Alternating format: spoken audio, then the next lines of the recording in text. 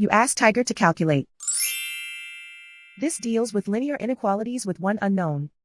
The final result is y greater than 3. Let's solve it step by step. Swap sides.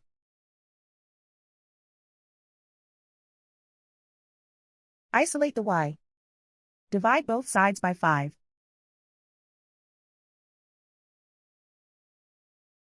Simplify the fraction.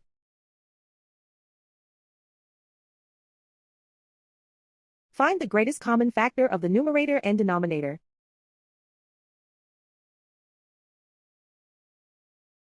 Factor out and cancel the greatest common factor.